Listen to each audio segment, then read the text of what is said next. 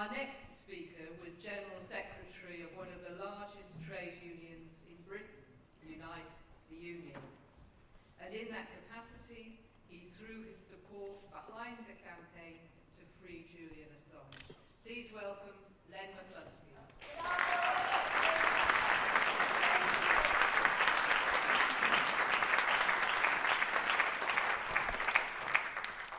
Well, good evening, sisters and brothers, comrades and friends. You know, I was going to start my contribution by saying how happy I was to be here with you tonight. But I'm not happy. I'm not happy to be here. And none of us should be happy to be here. Because Julian should be a free man, living his life with Stella and his family, and engaging in what he does best, which is telling the truth to power. The fact that we're here after so many years, he's been in Belmarsh for 5 years. It's extraordinary when you think of it, that time has drifted by from those pictures we've seen of him being dragged in to this high security prison, that we are still here fighting for justice. I had the opportunity to visit Julian in Belmarsh along with Jeremy Corbyn back in September. And it was a humbling experience. Here I was sitting opposite a man whose whole life has been dedicated to telling the truth, to make certain that the power brokers around our world were accountable for the actions that they did, highlighting the fact of the atrocities and the illegal things that they were involved in. A man who's done nothing wrong. A man who's actually provided all of us throughout, not just the UK, but throughout the world, the very basics of democracy, which is making certain that power has to answer and be accountable for what they do. It was a humbling experience, and I felt when I left not only a deep sadness that I'd left this man, but an anger that swelled up inside me, that we could continue to allow this atrocity to take place in our country. You know, this is a man who spoke truth to power. But this is what this is all about. The global establishment, led, of course, by the United States, have made it clear that they will not be answerable to anybody. How dare ordinary people ask them to be accountable for their actions? How dare people challenge their ability to do what they like? And that's what this is all about. The powers that be in our society, in our global society, do what they want. Illegal things that shock ordinary people. And it's what Julian brought to our attention. How many of us remember looking at the WikiLeaks announcements and the things that Alexei has shown us and being shocked by it and thinking, this can't happen. Surely to God, somebody's got to call these people to account. Nobody did. And of course, America has made it clear that they intend to make Julian an example for any other investigative journalist who wants to kind of expose what's going on in our world, that they shouldn't step over the line. Because if they do, they'll be dealt with in a manner that is nothing short of despicable and atrocious. And we've got to do something about it.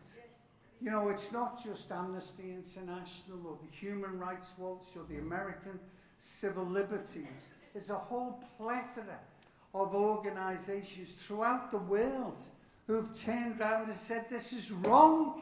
This is absolutely wrong. How dare you challenge a man for simply bringing to our attention what's going on in our name. That's what this is about. And it's absolutely despicable that Julian has to suffer in the most highly security prison in our nation, the atrocities that he is going through at the moment. Denied his warmth embrace of Stella and his family, the same as all us human beings, with our friends and our family, take courage and strength from. He's denied that for no reason. 5 years in a British maximum prison without any charges, because, of course, this government kowtows to the Americans, who say, no, we'll be the ones that make a judgment on who is right and who is wrong. And we have to do something about it. Day X is arriving. It's been a long time. And we've got to do something about it. I appeal to all of you to go back to your trade unions. Make certain that the trade unions have announced their commitment to Julian's campaign. Make certain that we are not prepared to allow this to happen and for us to simply shrug our shoulders and forget about it, because that's what will happen. If he goes to America, we may never hear from him again. We have to make certain that we make enough noise. We have to write to our MPs. I'm so delighted, by the way, that I share this platform tonight with David Davis. David and I might disagree on some issues, but this is a man who has a reputation of integrity, a man who believes in justice and speaks out when justice is being challenged. And all of us need to do that. We need to make certain that what Julian has done, which is nothing but serve not only our nation, but the nations throughout the world, is not forgotten. You know, there's a terrible danger when things go on for so long that it falls off the agenda. Of course it is. There's so many other things happening. Richard has spoken about Gaza and what's happening there. So many things fill our mind with the issues of today. But we've got to make certain that this most important issue, the freedom of the press, the freedom of open speech. Julian, of course, is not an American, in which case he could claim the First Amendment of free speech. He, nevertheless, is subject to the outrageous bullying and attack from the American government. We have to fight it. You know, colleagues, my experience tells me in life that the only thing that can make a difference, the only thing that can challenge what is happening, the only thing is people power. People coming together, people making enough noise about things that our representatives start to listen. Good to see my friend Richard Bergen here, and I wish there were more Labour MPs here. I wish we could get Keir Starmer to commit. Yeah, I know there's a disillusionment. I know there's a disillusionment of that, but we have to demand this so-called human rights lawyer who leads our party should stand up and make it clear that he's not prepared to put up with the attacks on this individual. Comrades, I know I'm short of time.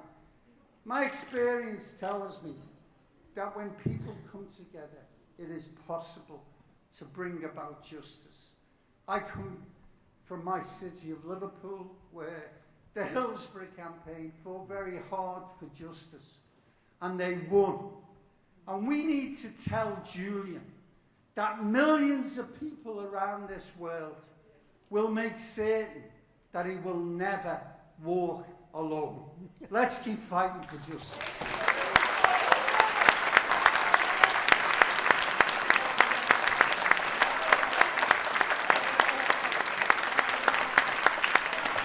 very much indeed.